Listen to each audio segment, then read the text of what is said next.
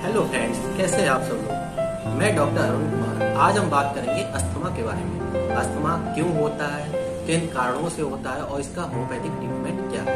तो चलिए friends, start करते हैं। वीडियो को पूरा देखें और मेरे चैनल को लाइक एंड सब्सक्राइब करें। देखिए, अस्थमा होने का कारण आज हमारा खान पान और बाहरी पोल्यूशन है। क्योंकि जो जितना ज्यादा बढ़ रहा है पोल्यूशन कि लोगों को सांस लेने में दिक्कत होने लग रही है, और अगर जो खान पान ले रहे हैं उसकी वजह से भी हमें सांस लेने में प्रॉब्लम होने लगती है।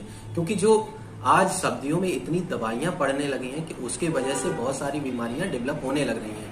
तो जो पर्सन हाइपर सेंसिटिव होते हैं, हाइपर सेंसिटिव का मतलब ये होता है कि जो पर्सन किसी चीज से, बैक्टीरिया वायरस से तुरंत इफेक्टिव हो जाते हैं, तो उनमें क्या होता है कि अस्थमा डेवलप होने लगता है। अस्थमा का क्या मतलब होता है, जिन लोगों में सांस की नली में सूजन आ जाना और जलन होना और या फिर सिकुड़न आ जाना सांस की नली में, तो वहां क्या होता है, अस्थमा डेवलप होने लगता है।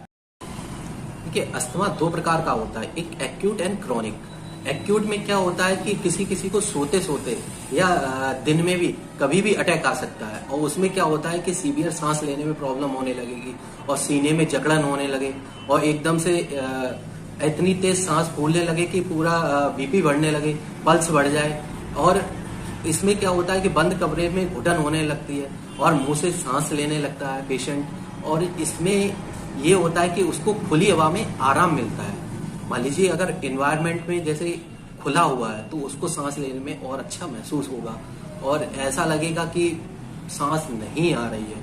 तो ये सारी चीजें अगर एक्यूट अटैक में आ सकती हैं, और इसमें क्या होता है कि कुछ समय बाद पेशेंट को अपने आप ही रिलीफ आ जाता है। और अब क्या करते हैं कि अगर अस्थमा हो रहा है, अगर किसी को फैमिली हिस्ट्री में आर्टिकेरिया हो, स्किन की कोई बीमारी हो या सांस लेने की कोई बीमारी हो, तो वो क्या होता है कि फैमिली हिस्ट्री में आ जाती है। क्योंकि फैमिली में अगर आपके नाना नानी हैं, दादी बाबा हैं, उनमें अगर ये प्रॉब्लम देखी गई है, तो ये सारी दिक्कतें किसी भी बच्चे को या बड़े को आगे चल के हो जाती हैं। अब बच्चों में क्या होता है कि ये सांस लेने में ये सारी दिक्कतें होने लगती हैं, और बड़े में भी यही दिक्कतें आने लगती हैं जब ये उनकी एक एज फैक्टर आता है। तो अब क्या होता है कि फैमिली हिस्ट्री आ गई। अगर किसी को डस्ट से या किसी कारण दूध, दही, मठा या कुछ खाने लेने से उनको सांस लेने में दिक्कत आ गई है, चॉकलेट है या किसी चीज से उनको डस्ट से या बाहरी चीज से, एनवायरनमेंट से या गंदी चीज से तुरंत इफेक्ट हो जाते हैं, तो उनको भी ये सारी दिक्कतें होने। इसका कारण क्या होता है? देखिए, कारण में क्या होता है कि इमोशनली स्ट्रेस की वजह से भी अस्थमा किसी को होने लगता है। मान लीजिए अगर किसी को ज्यादा टेंशन होने लगती है तो उसके कारण से भी कभी कभी इसको पेशेंट को अस्थमा डेवलप होने लगता है। या कोई सिगरेट या गुटखा ले रहे हैं या उसकी वजह से भी ये सारी चीजें अस्थमा डेवलप होने लगता है। या इम्यूनिटी इतनी वीक हो, मान लीजिए अगर आप बाहर जा रहे हैं तो आपकी इम्यूनिटी इतनी वीक है कि डस्ट से या किसी कारणवश से आपको अस्थमा डेवलप होने लगेगा। तो एक्यूट अटैक में इतनी सारी प्रॉब्लम होते हैं। या फिर फैमिली हिस्ट्री से आपको अगर अस्थमा डेवलप होने लगता है। अगर आप क्रॉनिक की बात करें, जिसको हम स्टेटस अस्थमेटिक कहते हैं, अब इसमें क्या होता है कि पेशेंट को सीवियर अटैक आएगा और बार बार आएगा। मान लीजिए 2 दिन पहले आया, फिर 2 दिन बाद आ जाएगा। और इसमें क्या होता है कि पेशेंट को इमरजेंसी में तुरंत हॉस्पिटलाइज होना पड़ता है। अगर नहीं होता है, पेशेंट को तुरंत ट्रीटमेंट नहीं मिलता है, तो हो सकता है कि पेशेंट की डेथ हो जाए। तो इसमें क्या होता है कि सीवियर सांस लेने में प्रॉब्लम होने लगेगी। इसमें क्या होगा कि सीवियर सांस लेने में प्रॉब्लम होने लगेगी और एकदम से चिंता होने लगेगी और कुछ भी बोल नहीं पाएगा पेशेंट। तो कभी कभी क्या होता है, कोलैप्स कर जाता है, और लंग्स कोलैप्स कर जाएंगे तो सांस लेने में प्रॉब्लम नहीं आएगी और पेशेंट को डेथ हो सकती है। अब इसमें क्या होगा, क्रॉनिक अटैक में हो सकता है कि आपका बीपी डाउन हो जाए, पल्स डाउन हो जाए, डिहाइड्रेशन हो जाए। ये सारी कंडीशनें अगर सडनली में आती हैं, सडनली में ये सारी चीजें आ जाएंगी, आपका क्रॉनिक अटैक आ रहा है तो। अब बात करते हैं ब्लड टेस्ट के बारे में। देखिए, ब्लड टेस्ट में क्या होता है कि अगर आप ब्लड का टेस्ट कराते हैं तो एक्सरे करवाइएगा, पल्मोनरी टेस्ट करवाइएगा और ब्लड सीवीसी करवा लीजिएगा। तो ये सारे टेस्ट आप करवा सकते हैं। अब बात करते हैं कि इसमें बचाव क्या करें। अगर आपको डस्ट से एलर्जी है तो अपना मास्क लगा के जरूर रखें, या एनवायरनमेंट से दिक्कत है तो एनवायरनमेंट से में आप मास्क जरूर लगा के अगर बाहर निकलते हैं तो मास्क को जरूर लगा के रखें। अब स्मोकिंग से है तो स्मोकिंग को अवॉइड करें, और अगर परफ्यूम है तो परफ्यूम को, बहुत सारी चीजें हैं जिससे आपको दिक्कत होती है तो उन चीजों को अवॉइड करिएगा।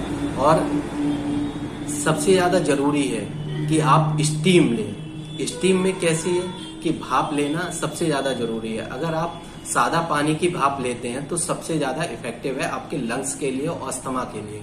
तो सादा पानी में कोई विक्स या कोई भी भारी चीजों को डालना नहीं है। पानी को एक बर्तन में खूब खौला के उसकी भाप लें, तो हमारे लंग्स जब पूरी तरीके से खुलेंगे तो हमें सांस लेने में प्रॉब्लम नहीं आएगी।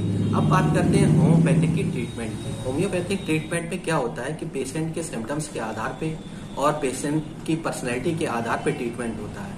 अगर आपको सीवियर अस्थमा है तो आप स्पॉन्जिया लें। स्पॉन्जिया में क्या होता है कि सोर थ्रोट, सांस लेने में प्रॉब्लम और अकेलेपन से दिक्कत और खुली हवा में आराम मिलता है, तो आप स्पॉन्जिया की 30 या 200 पोटेंसी को आप दिन में 2 बार लें।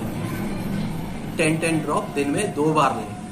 1 कप पानी में 10 ड्रॉप सुबह, 10 ड्रॉप शाम को मिला के उसको आप ले सकते हैं।